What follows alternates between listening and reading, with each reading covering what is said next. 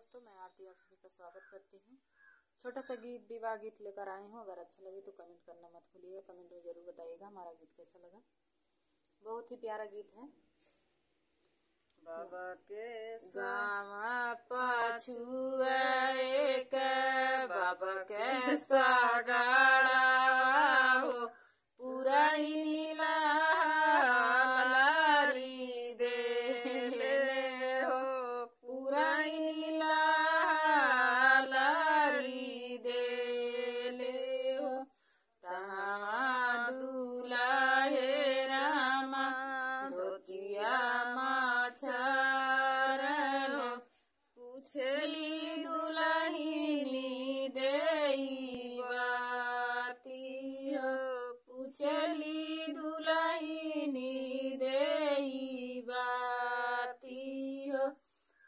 के कर तू ही उलरू से दुलारू हो, काने बाहिनिया साग भाई हो, काने बाहिनिया साग भाई हो। के कर तू ही राज दुलार हो, के करे सागड़े नहाला हो, के करे सागड़े नहाला हो। अपने में माइया के बर दुलार हो, अपने बहिनिया साग भाई हो, अपने बहिनिया साग भाई हो।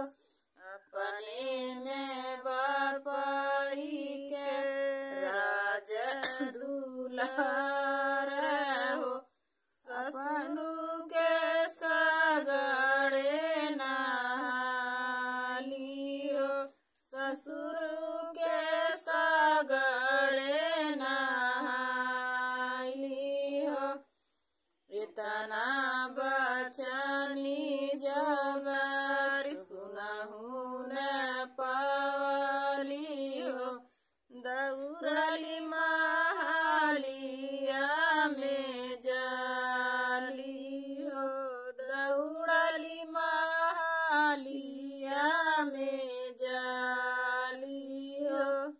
जवान बर पापा नागर ढूढ़ा तू है हो, तमन बर सागड़े नहाल हो, तमन बर सागड़े नहाल हो। धीरा धारा